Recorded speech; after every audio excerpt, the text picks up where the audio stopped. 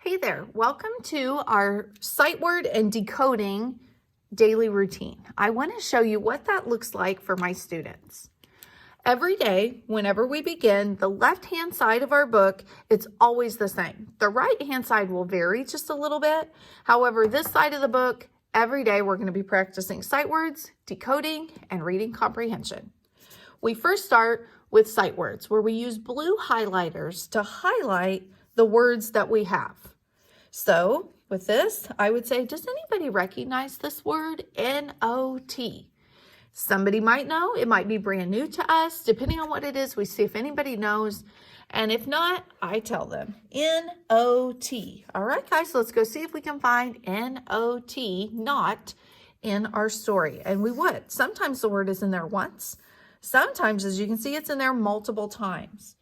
Either way, we work to find all of the words on our list.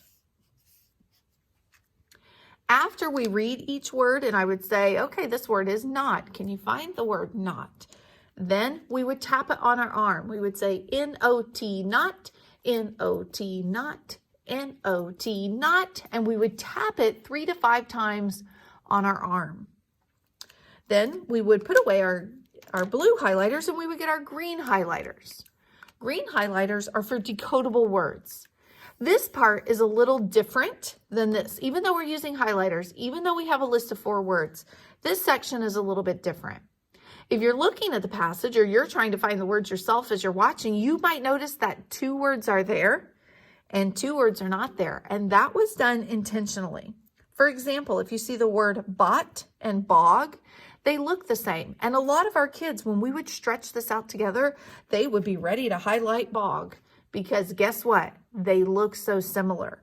But I'm trying to teach my students to read through that word. We have to check all 3 letters and make sure that it matches. So what we would do here is we would do what Orton Gillingham calls pound the word. So we would say bot, and we would say each of those sounds until we can figure out what the word is. So with this, we would stretch it out. Do we know it? Do we not know it? And then if we can't find it, we're going to X it out. Same with the word hop. It looks very similar to hog. So we would pound the word hop. Hop. Hey, hop. Oh, but it's not in our story. X it out. Hog, we already know because we kind of briefly talked about that it was already there and it looks very similar. And so then we would highlight our stretchable words in green and our sight words are in blue. Then it would be time to read the story and answer the questions. There are 3 smiley faces here because I like to read this story 3 times. And I do that in a variety of ways. I really cycle through the same 4 each day, or depending on the group, I pick 3 of the 4 options. So the first option is I read it out loud and they echo me. So I would say, I see a hog. They would say, I see a hog. He is big. They would say, he is big, and we echo. Another way that we read out loud is I would say, I see a, and they would help me stretch it out. He is big, and they would help me with that word, and I would read and they pause. That's a good way to incorporate spiral review because if we've already had this short I sound or we're working on the short O sound or yesterday we had the sight word A or whatever it may be, it's a good way to incorporate spiral review. We also take turns where one student will read sentence 1, one student will read sentence 2, another student for 3, and another student for 4. And then another way that we do that is just I listen in and I want everybody to whisper read it. And then I can kind of see who has some of these words mastered, who will try to attack a word that they don't know. And so it's just a good way. Some of my kids, they're really, really still in the we need to echo read or we need to help me with 1 word at a time. They're not always ready to whisper read. Either way, after we read, each time we color in a smiley face. And I really love these scented markers, so that's what we do. I usually say, all right, guys, smell it, color it in, and put the lid back on. So it's just a fun way to get my students to want to read it 3 separate times. Then usually we switch to a pencil where we start answering the questions. Sometimes if I'm feeling really nice, I might let them use their last color that they had and color it in down here as we answer questions. Now, moving on to the right side of the page. With this section, this is the part that really varies depending on the day of the week. So I'm going to go through each day so that you can see what it would look like. With this part, each day, they're either going to be using a word in a sentence or they're going to be making sentence corrections. It goes back and forth. So here, they're going to be using these 4 words in a sentence. And then here, there is a sentence and it has 3 mistakes that they need to find. There's also a grammar component in this. So we're on a noun hunt and we're going to see if we can circle 10 nouns. So a lot of times I read these words for them. Mom. Is mom a person, a place, or a thing? Is a playground a person, a place, or a thing? And we go through that section. Then I give them a sentence to dictate out loud, or that I dictate and they write. We've just talked about capital letters and periods. So then I always tell them I want to see a capital letter and I want to see a period. I have included sentences in the lesson plans that you can use for this section, and they might incorporate other parts like he is a hog, or it might use a sight word, I see a hog. Either way, it uses words that are really on the page for them to find, and they just have to kind of remember, oh, what does the word see look like? You can't copy the word see if you don't remember what it looks like. So, but it's on the page somewhere, and I have sentences that are pre-written. However, you can always make up your own sentences that might use other spelling words, other vocabulary words, something from their general education class, whatever it might be. But I have provided some sentences that use some of these words for you. On day 2, again, they'll make corrections to the sentence. They're going to draw a picture, and then it's going to ask them, can you find nouns in your sentences? Because yesterday we talked about a noun being a person, a place, or a thing, but then can they use that in their sentence? And then they would write 2 sentences, see if they could find any nouns. Incorporates both writing and grammar. On day 3, we're back to using these 3 words in a sentence. He is big. But then we throw in a little bit of fluency. And this was something I really thought my students would dislike, but they love this section. So we read it 3 times and we keep track of how fast they read it. I'm still getting used to some of my students and some of my groups to know, are we writing the number of words that they read? Or some of my higher groups, we write how fast they read it. So maybe they read it in 35 seconds. Maybe they read it in 48 seconds. So some groups we write the number of words, which is written here in a light gray color. And then other times they look up and they write whatever is on the timer whenever they're done. Also a review of nouns. This says cross out words that are not nouns. So again, I read farm. Is that a person, a place, or a thing? And we check off or cross out the words that are not nouns. Then restate and answer. I think this is a really important skill for our students to know, because oftentimes we need to train them to look for words in the question that they could reuse so that they're spelled right, so that you know that it makes sense, so that you know it's on topic. So is the hog big or small? Well, over here it told us he is big. So we would talk about the hog is big. I can take some of those words and rewrite that into an answer. Again, on day 4, we'll be working on finding 3 mistakes that are in the sentence. We'll do another fluency read.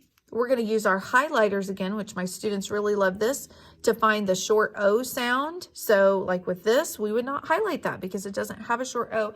And this gives us another opportunity to practice pounding those words so that they can really see what some of those words are. A lot of times these are spelling words as well. So it's a word that they've seen often throughout the week. And again, with dictating a sentence, I have provided a sentence that would use some of the words that are here. However, you could make up something of your own. This reading series also has 3 different levels. In this level, you'll be working on CVC words as well as basic sight words on the pre-primer Dolch list. In the yellow level, you'll be working on words that have blends, digraphs, and magic E, as well as some of those primer sight words. And then in the blue level, you'll be working more on vowel teams and students who have mastered a lot of sight words. A lot of my students with dyslexia are very good at this level or this is a good fit for them because they know the basics. However, some of those vowel teams that get really tricky, or they're very good at memorizing words, so they can read some with instruction as far as the vowel sounds, but they just struggle to put it all together. So there are 3 different levels included, and I walked through IC, which is the lowest level, but I do want to show some differences in the upper levels. So in IC, there were just reading comprehension questions at the bottom. And it's short, it's sweet, they're basic recall. Who is Rob? Oh, well, he is a dog. Who is Bob? Oh, well, he's a hog. They're very simple. And in cats, in the yellow level, I really wanted students to really start working on comprehension skills, like summarizing or making inferences, making predictions, visualizing. And so I've tried to include visuals like the lips. You're going to use your mouth and you're going to tell me what this was about. You're going to make an inference or draw a conclusion, and then you're going to come up with 2 pieces of evidence to support that. Now, for me, I really thought, oh my goodness, my kids are not going to be able to do this, but we've got to try it.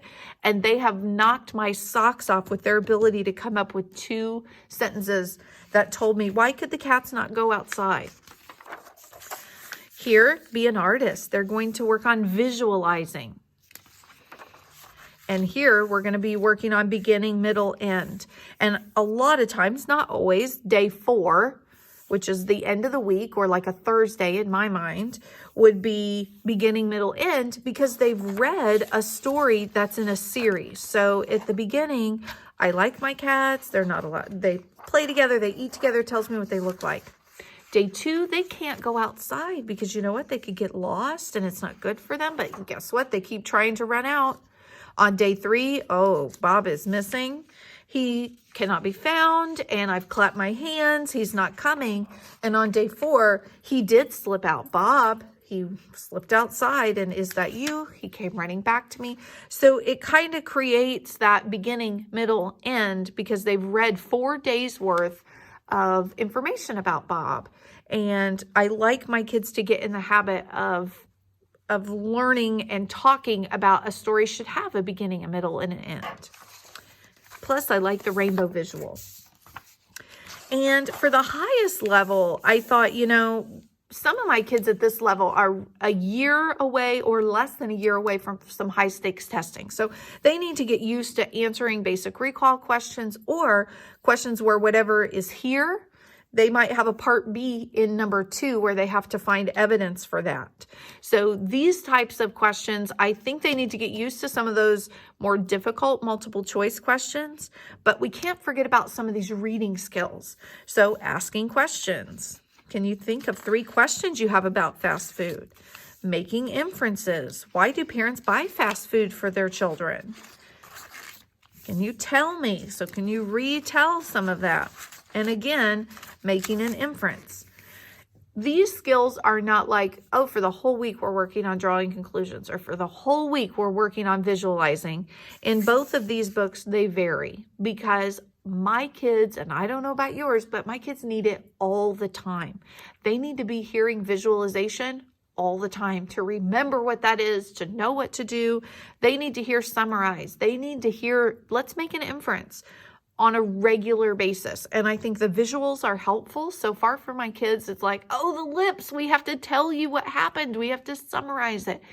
Or with this, oh, the brain, we have to think of something and then we have to tell 2 reasons why.